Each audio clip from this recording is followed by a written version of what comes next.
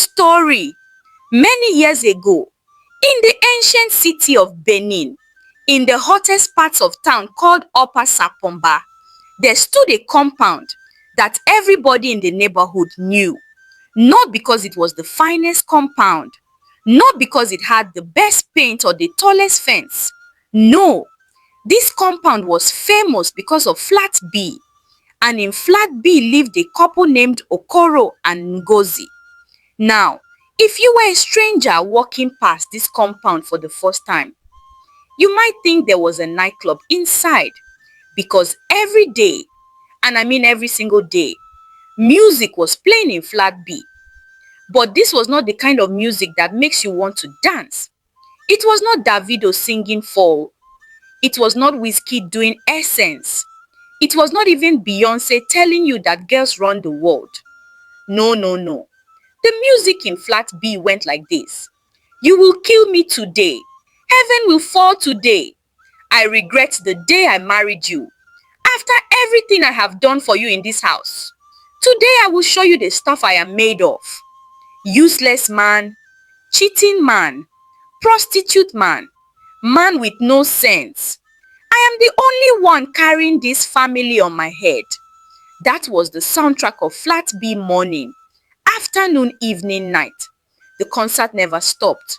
The neighbors had become so used to it that they could almost predict what time the show would start. 7:30 a.m. warm-up session. 4 p.m. matinee performance. 9 p.m. prime time, full volume, no intermission. Ngozi was a beautiful woman, the kind of beautiful that made people turn their heads twice when she walked down the street. Tall, dark-skinned, with eyes that could pierce through lies like a hot knife through butter. She worked at one of the big banks in Benin City, the kind where they wear corporate gowns and high heels and carry big designer bags that cost more than some people's monthly salary. Every morning, Ngozi was up before the cock could finish crowing. By 6:00 a.m., she had bathed, dressed the children, packed their lunch, ironed their uniforms, and was dragging them out of the house like a general leading troops to war. She would drop them at school, fight through the notorious Benin traffic, and arrive at the bank before 8 a.m. with her face beat, her wig laid, and her smile professional. She worked hard, very hard, the kind of hard work that makes your bones ache and your eyes red. Sometimes, she would not leave the bank until 7 p.m. and with traffic, she would stumble back home around 9 p.m. exhausted, hungry, frustrated. And what would she meet when she got home? Okoro, sitting in the parlor, remote control in one hand, bottle of star beer in the other, watching football, belly full, shirt half buttoned, smelling like another woman's perfume. Now Okoro was not an ugly man. In fact, he was quite handsome, fair-skinned, the kind of fair that Lagos girls call half-caste, nice beard, sharp jawline, white teeth, the kind of man that makes women say, "Ah, this one is a catch." But looks, as they say, can be deceiving. Okoro called himself a building contractor. He had business cards. He had a big bag that he carried around like he was going to inspect a construction site. He even had a small office somewhere in Ugbowo where he would go and take meetings. But contracts? Ah, that one was a different story entirely. Okoro's contracts were like solar eclipse. They came once in 1,000 years. He would get a job once in a blue moon. And when he did get one, by the time he finished mismanaging the money, buying drinks for his friends, and servicing his side chicks, the money would vanish like ice cream in the burning sun. So Ngozi carried the family. Ngozi paid the rent. Ngozi paid the children's school fees. Ngozi bought the food. Ngozi paid the light bill, the water bill, the DSTV subscription. Ngozi even bought Okoro's boxes.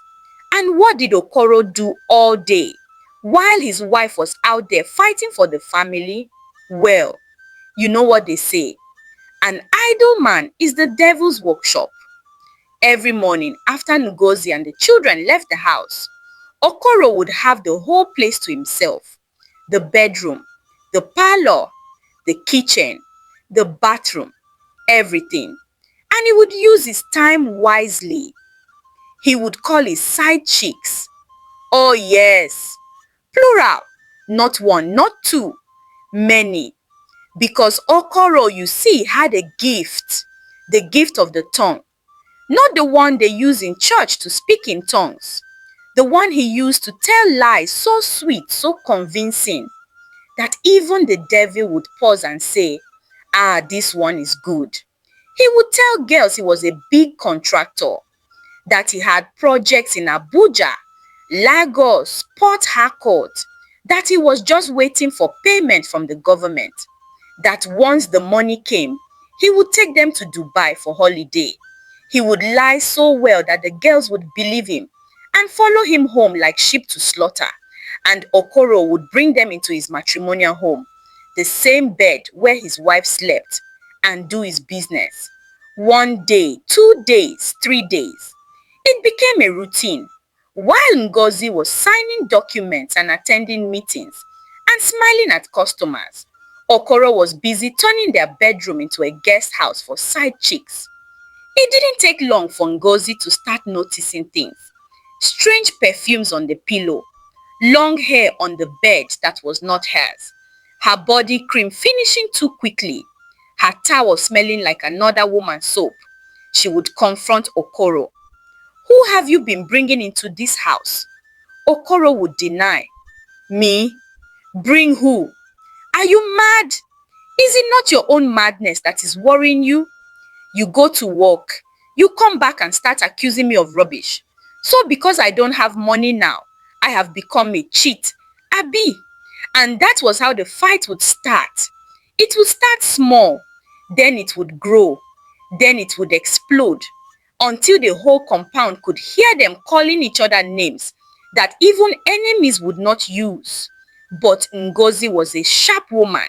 She knew something was going on. She just needed proof. So she did what every desperate wife would do. She went to the village and brought her younger brother. His name was Emeka, a young man of about 23 years, skinny, hungry looking, the kind of boy that would do anything for food, and a roof over his head. Ngozi sat Emeka down and gave him his assignment. Emeka, listen to me very well. I am suspecting that your brother-in-law is bringing women into this house. I want you to watch him, monitor him. If he brings any girl at all, call me immediately. Don't tell him you called me. Just call me and say, sister, I need you to come home. That is the code. You understand? Emeka nodded like an agama lizard. Sister, I understand. Leave this matter for me.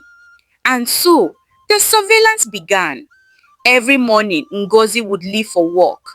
And every morning, Okoro would wait for about 30 minutes to make sure she was truly gone. Then he would start making calls. Baby, she has gone. Oh, you can come now. Yes, don't worry. My small brother is here, but he's a child.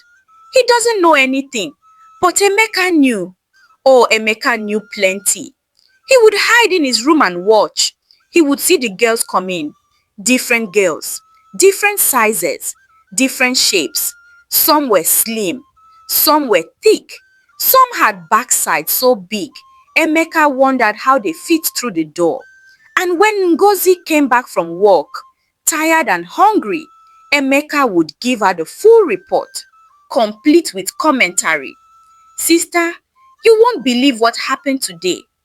What happened, Emeka? Brother brought a girl. Sister, this girl, if you see her backside, it is bigger than a trailer. It is oceanic, biblical. I was even afraid that the bed would break. They were inside the room making noise for almost 2 hours. Ngozi's blood would boil. Her eyes would turn red. Her fist would clench. So this is what he has been doing? So this is how he is using my hard-earned money to entertain prostitutes in my own house? She would storm into the bedroom and confront Okoro. Okoro, so you are now bringing girls into my house? Which girls? Who told you that? My brother told me. Your brother is a liar. That small boy, he is just trying to cause trouble in this marriage. So you are calling my brother a liar? Yes, he is a liar and a gossip. And that was how the concert would begin. Again and again and again. Then one Saturday afternoon, something changed in the compound. A moving truck pulled up in front of Flat D. People started carrying boxes, bags, mattresses, and furniture into the flat. The landlord stood outside, supervising and collecting his balance. The other tenants peeped through their windows. New neighbors. Finally, Flat D had been empty for almost 6 months. By evening, the new couple had finished moving in. Their names were Segun and Taiwo. They were newlyweds. You could tell by the way they looked at each other. The way Segun would carry Taiwo's bag, even though it was light. The way Taiwo would laugh at Segun's jokes even when they were not funny. The way they held hands while walking. The kind of love that was still fresh, still sweet, still innocent. They had decided to move to Upper Sapomba because the rent was affordable and the compound looked decent. Not too big, not too small, just right for a couple starting life together. That first night, they arranged their things, ate dinner, and went to bed early. Tired, but happy. But at exactly 8:47 p.m., they heard it. You will kill me today. After all I have done for you, useless man, prostitute. Your mother is a prostitute. God will punish you. Segun and Taiwo sat up in bed, confused. What is that noise? Taiwo asked. I don't know. Let me go and check. They rushed out of their flat and followed the noise to flat B. When they got there, they saw something that shocked them. Okoro and Ngozi were dragging each other like wrestlers in a ring. Ngozi had grabbed Okoro's shirt and was pulling him like a stubborn goat being dragged to the market. Okoro was trying to free himself, but Ngozi's grip was strong. Her wig was almost falling off. His shirt was torn. They were both sweating and shouting, "You will beat me today. You will beat me today. After all I do for this family, after I'm carrying this house on my head, you are busy sleeping with prostitutes. Today I will deal with you. Leave me. Leave me, you mad woman. I said leave me." Segun, being a man of peace, jumped in and separated them. What is happening here? Why are you people fighting like this? Taiwo held Ngozi. Madam, calm down. Please calm down. What is the problem? But before Okoro and Ngozi could answer, the other neighbors started closing their doors, one by one. Mama Shego, an elderly woman who lived in flat A, looked out of her window, shook her head, and muttered, "New tenants. They don't know.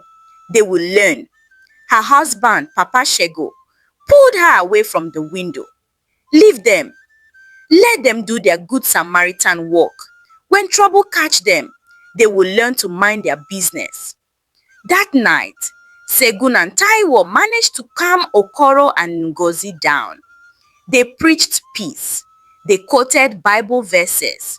They said things like, "Marriage is sacred, and you people should think of your children, and fighting does not solve anything." Okoro and Ngozi listened. They nodded. They even apologized to each other. When Segun and Taiwo went back to their flat, they were proud of themselves. "Can you imagine?" Taiwo said. "Those other neighbors are so wicked. How can they hear people fighting and just lock their doors?" "Exactly," Segun agreed. That is wickedness. But thank God we were able to settle them. That is what good neighbors do, if only they knew. The next week, the concert started again.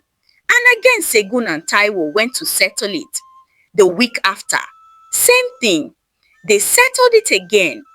After 1 month, Taiwo started getting tired. Honey, don't you think we should just leave these people? They are always fighting. Every week we are settling them. It's becoming too much. But Segun refused. No, my dear. We cannot give up on them. The Bible says we should be our brother's keeper. I must continue to preach peace to them. After 2 months, Taiwo was exhausted. Honey, please, let us mind our business. These people don't want to change. But Segun was stubborn. I will not stop until they stop fighting. After 3 months, even Segun was getting tired. But he couldn't stop. His pride wouldn't let him. Then one hot afternoon, there was no light in the compound. For 3 days straight, BEDC had taken the light and refused to bring it back. So there was no water. All the tenants went to fetch water from the well behind the compound. Taiwo was there, struggling to pull up a bucket of water, when Mama Shego came and stood beside her. "Good afternoon, ma," Taiwo greeted. "Afternoon, my daughter. How is your husband?" "He is fine, ma. Thank you." Mama Shego watched Taiwo pull up the water. Then she sighed. A long, heavy sigh. "My daughter," she said, "let me ask you a question. Why do you and your husband keep going to settle that couple in flat B?" Taiwo was surprised by the question. "Ma, is it not our duty as neighbors? When people are fighting, we should try to make peace now." Mama Shego laughed. Not a happy laugh. A sad, knowing laugh. "My daughter, sit down. Let me tell you something." Taiwo sat on the edge of the well. "That couple in flat B," Mama Shego continued, "they have been living in this compound for 4 years. 4 years. And for 4 years they have been fighting. Every week, every month, non-stop. When they first moved in, all of us tried to help them. We would go and settle their fights. We would counsel them. We would pray for them. I even sat that woman down like my own daughter and advised her. I said, 'My dear, if this marriage is not working, you can leave. You are working. You have money. Don't stay in a place where you are not happy.' You know what she did? She accused me. She said I was trying to break her marriage so I could bring my own daughter to marry her husband. Since that day, she stopped greeting me. In fact, she turned all of us into enemies. Anybody that tries to help them becomes their enemy. We have prayed. We have fasted. We even fasted for 3 days until we almost collapsed. But nothing changed. We reported to the landlord. He said as long as they are paying their rent, he doesn't care. So we gave up. We learned to mind our business because that couple, they have village people following them. Whoever gets involved with them will suffer." Taiwo was quiet. She didn't know what to say. "My daughter," Mama Shego said, standing up, "go and tell your husband. Leave them alone. If you continue, trouble will meet you. And when it does, don't say nobody warned you." That evening, Taiwo told Segun everything Mama Shego had said. "Honey, please, let us listen to her. She has been here longer than us. She knows these people better than us. Let us just mind our business." But Segun shook his head. "Taiwo, I cannot. I am a man of God. I am a man of peace. I was raised to help people. How can I sit down and watch people destroy their marriage and do nothing? I will continue to help them until they stop fighting." Taiwo sighed. She knew her husband. Once he made up his mind, there was no changing it. "Okay," she said, "but please be careful." February 14th came. Valentine's Day, the day of love. Segin and Taiwo had planned a small romantic evening. Nothing too fancy, just jollof rice, chicken, soft music, and each other's company. But at around 7:30 p.m., the concert in Flat B started again, louder than ever. So you have money to buy gifts for your side chick, but your own wife, you cannot buy ordinary card. Which side chick? You and your brother are mad. My brother saw you. He saw you at the restaurant with that prostitute. Your brother is a liar. Segun stood up from the dining table. Honey, where are you going? Taiwo asked. To settle them. Segun, please, not today. It's Valentine's Day. Let us just enjoy our evening. Please. But Segun was already at the door. I will be back. Just 5 minutes. Taiwo wanted to stop him, but she knew it was useless. When Segun got to Flat B, the fight was at its peak. Ngozi had grabbed Okoro by the collar. Okoro was trying to push her away. They were shouting, cursing, insulting each other's families. Please calm down, Segun said, stepping between them. People should not fight on Valentine's Day. This is a day of love. But neither of them was listening. The anger was too much, the bitterness too deep. God will punish your father, Ngozi shouted.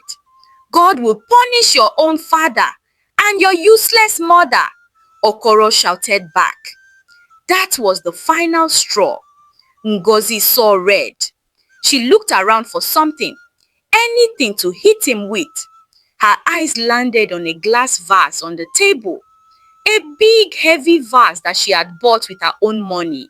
She grabbed it and swung, but Okoro moved, and Segun was standing right there. The vase hit Segun's head. Time stopped. The vase shattered into 1,000 pieces. Segun's eyes rolled back, and he turned 360 degrees. His head twisted at a strange angle. It was like they jammed his head with trailer. His legs gave way. Blood poured from his head like a broken tap. Yay! My head! And then he collapsed. For the first time in 4 years, Flat B was completely silent. Ngozi and Okoro stood there frozen, staring at Segun's body on the floor. Then Ngozi started screaming. Oh my God! Oh my God! What have I done? Okoro ran to Taiwo's flat and started banging on the door. Madam! Madam! Please come home. Your husband has fainted. Taiwo came running. When she saw Segun lying in a pool of his blood, she felt her heart stop. Segun! Segun, wake up, please wake up. The other neighbors started coming out. Mama Shego shook her head.